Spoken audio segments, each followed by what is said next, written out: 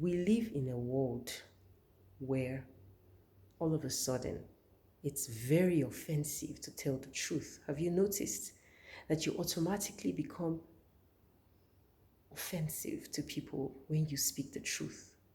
And if you sugarcoat words, then people, you know, find it palatable. But the moment you speak truth and it's raw, people just make you the enemy. In fact, coming to think about it, the Messiah went to the cross because of truth. He told the truth that the religious systems of the time could not stand. They could not stand the truth. It was bitter.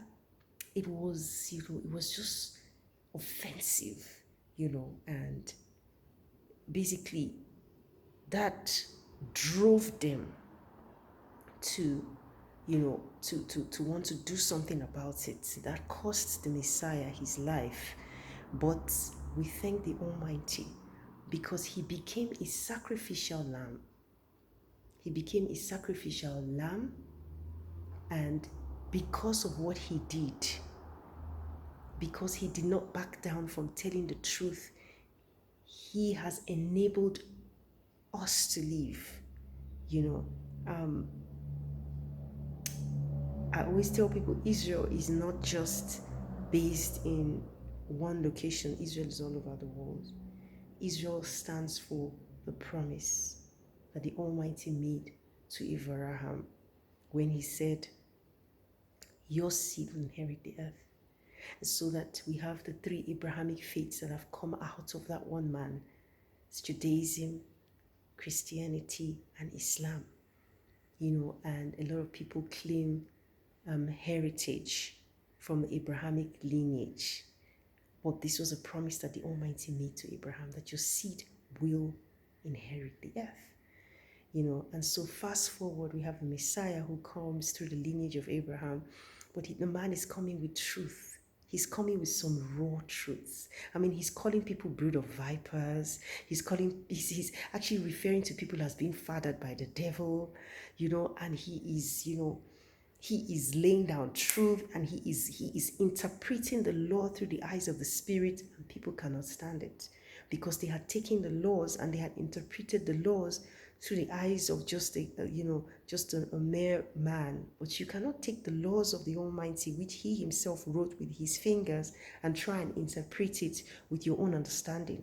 To interpret the laws of the Almighty that were written on tablets of stone by his fingers, you need his mind. You need the mind of the lawgiver to understand and interpret the law. So it caused a lot of people to err. They erred because they did not know scriptures, and even when they knew scriptures, they had interpreted it their own way. So the Messiah comes with a sevenfold spirit.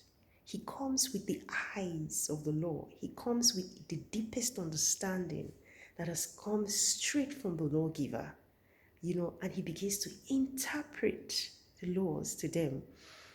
And the interpretation of the law really cut right through to the heart of the matter. I'm telling you, the laws, like David said, he says, open down my eyes that I may behold wondrous things out of your law, and so David was basically praying that the Almighty would open his eyes to behold the law.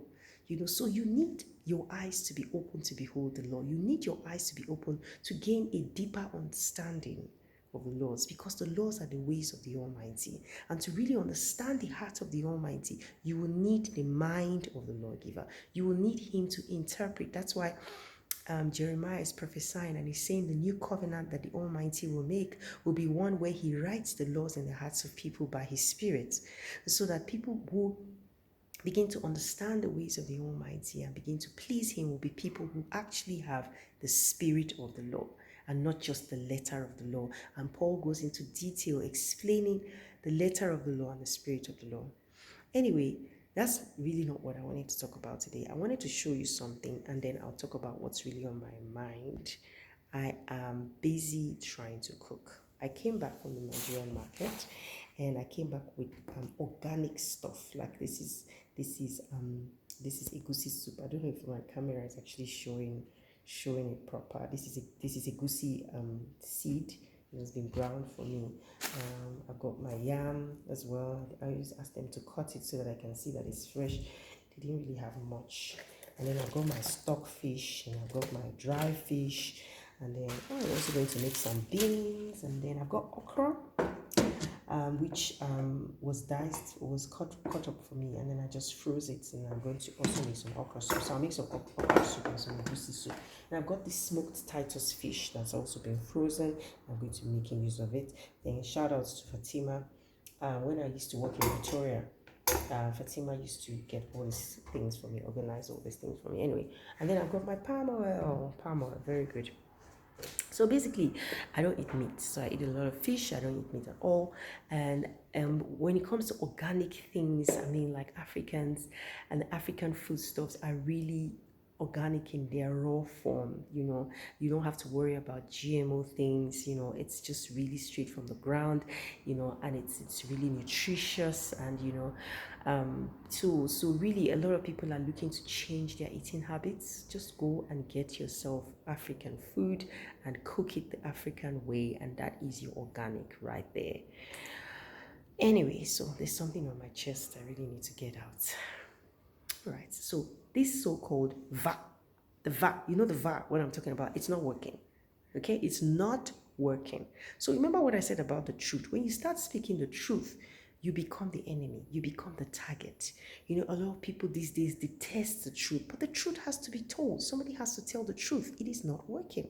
It does not meet the definition of a vaccine. It does not meet the definition of it. And secondly, there's vaccine failure. Let's just call it what it is. It's vaccine failure. You can't say, well, it's working, but the way we interpret working is that we say that it lessens the severity of the symptoms. It's working to prevent severity. And you won't die, but we can't guarantee that you will not have the infection. I mean, the reason why we call it the vaccine in the first place is that we're trying to prevent the disease. And there's an alarming alarming number of breakthrough infections that we're seeing. It's just alarming, So if it's breakthrough infections, it meets the definition of a failure. So that's what it is. It is failing. And then this whole story of waning antibodies. The moment you get the vaccine, your antibodies just go on a steep drop. It's like the antibodies are just dropping. Studies coming out of Israel are actually showing that it's actually even better to be naturally infected and gain amount of natural immunity, to have natural immunity. There's lots of questions around this. But the main issue is that we have not proven that this poison is effective in preventing disease. It's not doing that. In fact, the shorter the intervals between the first and the second doses, the more likely you are to get breakthrough infections. Who does that? What does that? Why?